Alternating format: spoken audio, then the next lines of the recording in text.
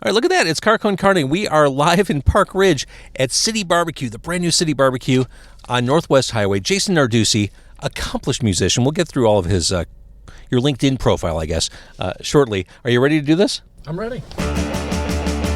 It's Car Con Carne. Let's eat in the car. It's Car Con Carne. And now here's the star of our show, James Van Alstyne. All right, so Car Con Carne is presented by C&H Financial Services. Business owners, are you tired of your hard-earned profits going toward paying expensive fees every time your customer pays with a credit or debit card? Why? Well, we're happy to announce that our partners at C&H Financial Services have the solution, Jason Narducy. C&H. C&H is the fastest-growing financial services company in Illinois, the fastest-growing, and it's as recognized by Inc. magazines. That's what happens when I go off script. Their patented technology allows you to eliminate 100% of the fees associated with accepting credit and debit cards as a form of payment. That's right, Jason Narducy of Split Single, of Bob Mould, of Superchunk. 100% of the fees. 100%. That's what I'm saying. Or 100 if you're local. C&H will also C&H will also upgrade your business to the industry's leading point-of-sale system to streamline every aspect of your business for no cost. No cost. Visit www.freeprocessingnow.com or call 855-600-2437 extension 999 and start saving money today. Woo-hoo. That right there is Jason Narducy. You may know him from any number of things. You may know him from Split Single. You may know him as the bass guitarist for Bob Mould's band. You may know him from Superchunk. You may know him from playing with Robert Pollard. You may know him from just being a music industry gadfly. Thank you for joining me. I am thrilled to be here. Can I tell you, this car reminds me of my grandmother's car. Why is that? I don't mean that as an insult. She was actually very well-respected and renowned drug dealer in Chicago. And this was the type of car that she would do her deals. And she had everything: painkillers, Oxycontin, heroin. Almost identical car. Yeah. I'm only selling weed out of this. Well, you can build up to a higher level thing, but so when are we starting the? Oh no, it's going on. This is a real thing. This is happening. Okay. Yeah. Show what you got. We got the MOTHERLOAD. So I want to thank our friends at City Barbeque. There are many family members that are going to be upset with me right now. Well, they've heard worse out of your mouth. And a lot of the rival families. Nothing but trouble in Park Ridge. Did I say it wasn't my grandmother? Can we show the MOTHERLOAD? So we're at City Barbeque. I want to thank City Barbeque in Park Ridge. Thank you, City Barbeque in Park Ridge. On Northwest Highway, just north of Pkwy Avenue. You can see they've got the giant, almost industrial-sized smokers right on the side of the building when you walk up to the door. We got the MOTHERLOAD, which includes everything. We've got hush puppies, we've got ribs, we've got a quarter chicken in there, we've got pulled pork. You've already had the pulled pork, haven't you? I've had it all. We should get some more for you. I haven't had any food yet, but I want to catch up. I can't remember. Was the last time I talked to you when I was on WGN? Has it been that long? That could be. What year would that have been? God, maybe 2013, 2014. I don't even remember it must have been a Split Single interview. Probably. But it's been a while. I bet it was incredible. Oh my God, it was so good. Yeah. That's why I'm no longer on WGN. Do you remember the first time we met? I do, but I'm sure you don't. I'm guessing it was a Q101 local thing. It was a Q101 local thing. Now, see, there's no way you would remember this. I was an intern on what was then called the Local Music Showcase on Q101, and you came on with your band On. Yeah. And I was an intern, and I remember you performing. I remember you leaving a cassette behind, and that's when we first met. And there's no way you'd remember me because no one ever remembers the interns. But that was our first... Was it Carla Leonardo? Yeah. Carla Leonardo. Uh-huh. So this was pre... R.I.P. R.I.P. Yeah, for sure. So this was pre-Jason and Alison. Wow. Oh, so that was my band On? Yeah. Was Zach Canner and Eddie Carlson? Yes. Wow. So that's when we first 90... met. It's probably 94, 93, 94. No, that band broke up in 92. No. 93. No way. Yeah, it was 93. Yeah, it broke up in 93. So that was our first encounter. Wow. I love it. And then, well, of course... this is great. Are you hungry? I'm hungry. You don't want to talk about any of that. There is no past. There's only the future. 93. I must have been 10. That's well. Let's jump around a little bit. All right, first of all, the last time I actually saw you, but you didn't see me, was at Riot Fest. This is a hush puppy, by the way. Thank you, City Barbeque in Park Ridge. Nice job, the Bob Mould Band performing at Riot Fest. It was so much fun. You know what was special about that day for me? My son, who's just turned 15, likes the rock music. And that Sunday that we were playing was a killer lineup. Mm-hmm. And I saw that at 1 o'clock, Nick Lowe was playing. Right. So I brought my son at noon to Riot Fest. We put our stuff in the Bob Mould dressing room. No one was there yet. Mm-hmm. By 12:30, we're starting to walk towards the Nick Lowe stage. Please dive in. I will. And we walked Hot past... link. Thank you, City Barbecue. We walked past Guided by Voices dressing room, and I said, "Hold on, Sean." My son's name is Sean. I knock on the door. The door opens. They're all in there. It's 12:30. What are they doing? Guided by Voices.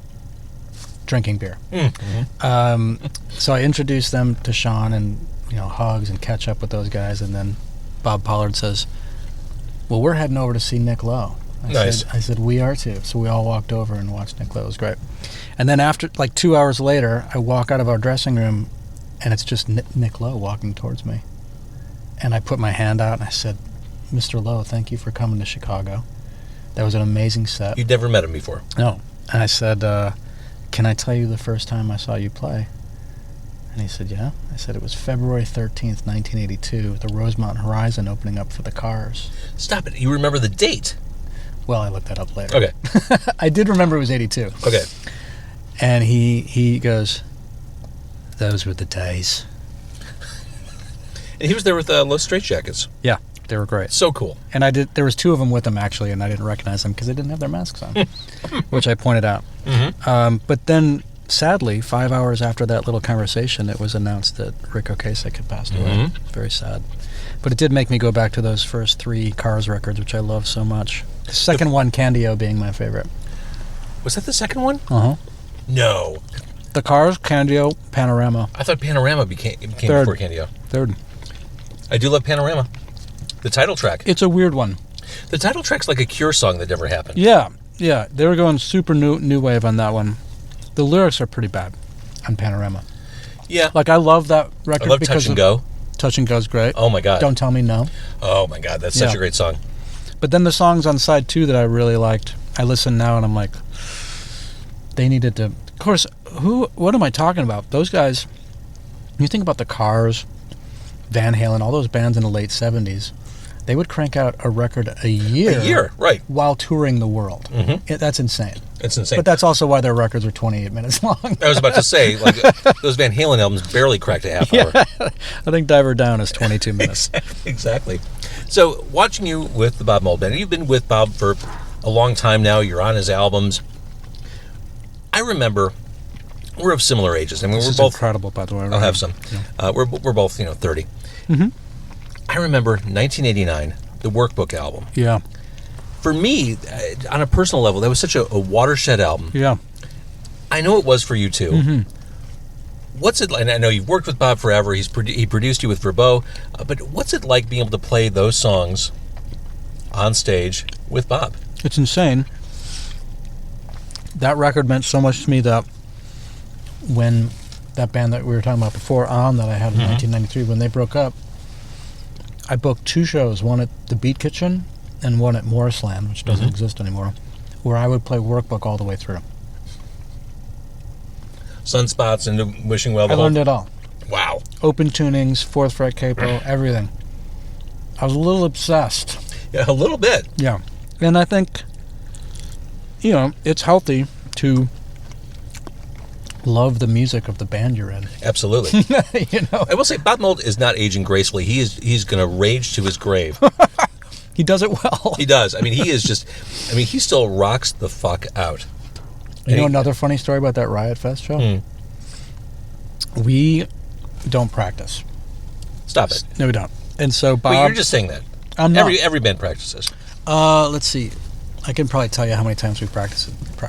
John joined the group in 2008. So that's 11 years. We've practiced 6 times.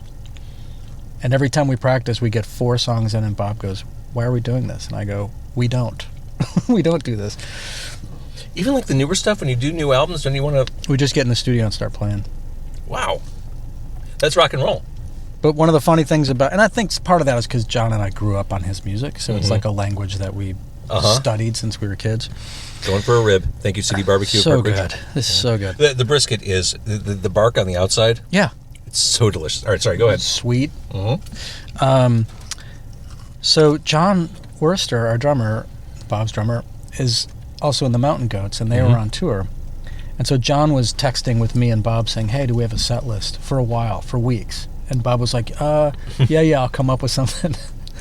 And he didn't until Sunday morning, the morning of the show. Now, that's high pressure for you. Well, I mean... Well, if he pulls out, like if he decides, I want to play this deep cut of Zen Arcade. He rarely does that. Okay. And if he does it, he just does it on stage, so we're fucked anyways. Can I swear? Okay. So he gets the set list on Sunday morning to us, and then we finally are all in the dressing room, and we just wrote it out and kind of walked through it, talking through, and we did change some of the arrangements and stuff. But the first song on the set list was a song called The War, which is from one of his more recent records called Beauty and Ruin, which we recorded here in Chicago. And we get up on stage, crowd greets us, and Bob starts a song that's not on the set list. And John and I are just doubled over laughing because we're like, what? He's just flat out fucking with you. Actually, Bob saw the look in our eyes, and then he like shot down at the set list and noticed it and just goes, roll with it.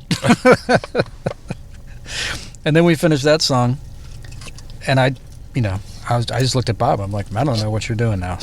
And he goes, your choice. So I started A Good Idea by Sugar. Which is such a great song. Such First a great album. song. Oh my God. And the only song I start, so if it's going to be my choice, that's what we're going with.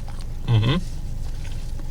Again, I want to thank City Barbeque. These ribs are Everything. so flavorful. The turkey, I mean, come on. And we can it's okay if I put my fork where your fork's been. We're sharing, right? Is that a euphemism? We go way back. Like, we can share this tin, right? Even though it's on your lap. Our friendship is at tin shareable level. That's serious. Yeah. So, since last we spoke, I mean, I've interviewed you a bunch of times through the years, mostly during the Verbow days. But since last we spoke, the mythology of Verboten has grown to something epic. Well, I don't know about that. Well, I don't know. Back in the day, I don't think I ever even mentioned Verboten. Right. Yeah. But now it's like what people lead with. So, help me out. Watching the past couple Foo Fighters shows at Wrigley Field, Dave Grohl comes out. He talks about how going to Naked Ray on a Cubby Bear changed his life. Yeah. I mean, this is the same speech every time he's on stage. He said it on Sonic Highways. That was a show that Verboten, you as a prepubescent kid, opened up for? No, but Tracy, our singer, took him. Okay. So the full story is, at age 10, I got my first guitar, and I lived in Evanston. My dad lived in Evanston. My mom lived on the south side. And I met some local kids in Evanston that were musicians, and we formed a band. We called it Verboten, and it just so happened that our singer, Tracy, is cousins with Dave Grohl. Got it. Now, in 1983, Dave Grohl is 13 and I'm 11. So it's just another kid that you meet. I mean, it wasn't that big a deal to any of us, you know? But Tracy loved punk rock. We all love punk rock. And so we sort of introduced Dave to punk rock. He had not been exposed to that style of music before. And that's it. But then he became one of the biggest rock stars in the world. And when I should back up a little bit. In 2009, a guy in Chicago named Joe Lacerdo made a documentary about Chicago punk rock called You Weren't There. And he included Verboten, and he interviewed me. Dave Grohl saw that. So when Dave was making his Chicago episode of Sonic Highways, I think he thought, let me talk to Joe. And then he was already in touch with Tracy and I. And it was like, hey, will you do this interview? And can we use footage and all this stuff? So the Sonic Highways Chicago episode came out, and that's when I got approached by a guy named Brett Neveu, who's a playwright and a professor at Northwestern. We had mutual friends, and he kind of went through friends and said, can I take you out for a beer? I have this idea. And he said, I'd like to write a play. And the answer to that's always yes. A beer, yes. Yeah. But the idea rarely is it yes. And he said, I want to write a play about Verboten. And I said, well, that's a great idea. I have 2 ideas for you. Number 1, don't cast kids. And number 2, don't try to tell people what punk rock was like in 1983. Because Very reasonable request. Every television commercial tries to do that, and it doesn't work. And the thing about kids isn't a diss on kids. It's about being able to carry a play from an acting standpoint. There are kids now that could play circles around what we were doing back then. But Oh, for sure. as far as like acting, I just thought it would be better if it was 21-year-olds who looked like they're 15, and that's what they ended up doing. So 5 years later, and many different scripts, and they asked me to write the music. So I wrote the music to this Verboten musical that's coming out January 26th. Now, are these songs that you played as a kid? No, I rewrote everything. Good. Okay. We might use one original Verboten song. But it turns out 48-year-old Jason's a better songwriter than 11-year-old Jason. Go figure. Yeah. So it opens January 26th at Chopin Theatre, a 6-week run, and I'm so excited. So you've been watching the rehearsals, I've been to some of the auditions. We started a process where the musical director and I meet with the cast to just learn songs before the rehearsals start. And we're actually doing a rock show. The cast is doing a rock show. I'm going to play some songs with them at Space on December 9th, which is just us kind of like learning the songs and playing them out on a Monday night. And then they start the rehearsals for December and January. I like how you do keep everything kind of centralized to Evanston. It's kind of a stretch that you're in Park Ridge tonight. This was a straight shot on Oakton. But you're at, were you playing on the 8th or is it the 9th? December 9th at Space. But you're doing a solo gig in Evanston, right? Yeah, November 9th at the Wine Goddess. There, okay. Yeah. You got a lot going on. A lot going on. And it all happens in Evanston. Well, those two, the play... You'll be on the Purple Line platform in January. The play is in Chicago. Right. Yeah. Is it weird to kind of go back and think about the stuff you did as a tiny kid? Yeah, and it's also weird. I mean, the play is... The way that Brett did it, and I'm glad he did this, was he created fictitious characters based on real events. So there's a Jason character, there's a Zach character, there's a Chris character, there's a Tracy character, but all the other family members are like very loose interpretations of... And the idea is to capture the spirit of the band,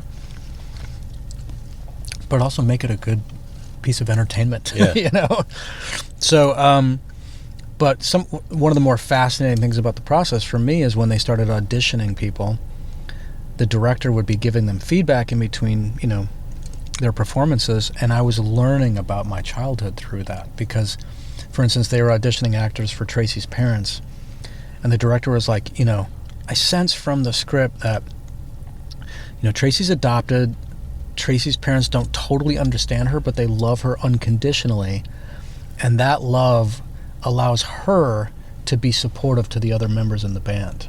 And that was just like feedback for them to do another version, and I'm just sitting there going, oh my God, I'm learning about this thing in my childhood. That's totally surreal. Yeah, it's really, really wild. Wow. Yeah. All right, I do want to say one more time, this food, I need to get my hands on that chicken. Go for it. I don't even know how to approach it. I was cutting. I think you could cut, right? Yeah, that seems to be the best course. While you do that, I'm going to do the rib. Did you make the pulled pork disappear? No, it's all the way here in the corner. All right, I'm going to... I think I sacrificed my knife along the way. There's another one. Yes. The ribs are great, right? Amazing. This is all amazing. This whole area of Park Ridge, totally different. Like, this whole stretch. I don't recognize it at all. Right. It's all like new retail. It looks like a parking lot. Yeah. All right, hang on. I'm going to grab this chicken somehow. Mm-hmm. And just that smoky flavor is so fantastic. There we go. Chicken from City Barbeque. Yeah. And the great thing about doing this podcast, Jason, people will pull up in their cars, they'll see us talking on the microphone, they'll just look the other way. Like, no one's fazed by anything we do. Where should I put? I'm going to put this little piece up here. It's something that I don't want to go back into the food tray. You need to maintain the purity. Piece of bone. Yeah. Hush puppy here. So, all right, where are we at? You're leaving to go on tour with Superchunk again. Where are things at with Split Single, which is basically your solo thing made manifest with band friends? Yeah, Split Single is a solo project with a band name. It's been an amazing project for me because I get to write songs and play guitar and then ask friends to play on the records and at the shows. And we're working on the third record. It's John Worster on drums. He plays with me and Bob Mould and Superchunk. And Mike Mills from REM on bass. Stop it! Yeah. You want to hear about the time I met Mike Mills for the first time? You're saying this as I'm going through an REM renaissance. Like Well, they're doing all these great reissues. Yes, but The Monster reissue just came out. oh, I did know that. I'm going through this period where I am going back into every REM album. Murmur, Reckoning, Document, Fables of the Reconstruction, Life's Rich Passion. Oh my God, Begin the Begin. Like, my appreciation for what Mike Mills did is through the roof. And the fact that you're playing with him, holy shit. I was obviously thrilled that he said yes. For me, REM and Cheap Trick are the two most important American rock bands. I keep waiting for the world to come back around on REM. Because you listen to those albums, especially the stuff in the 1980s. They did Incredible. a lot of. They took a lot of artistic diversions through the 90s and certainly through the early 21st century. But those 80s albums are so essential. All right, sorry. So Mike Mills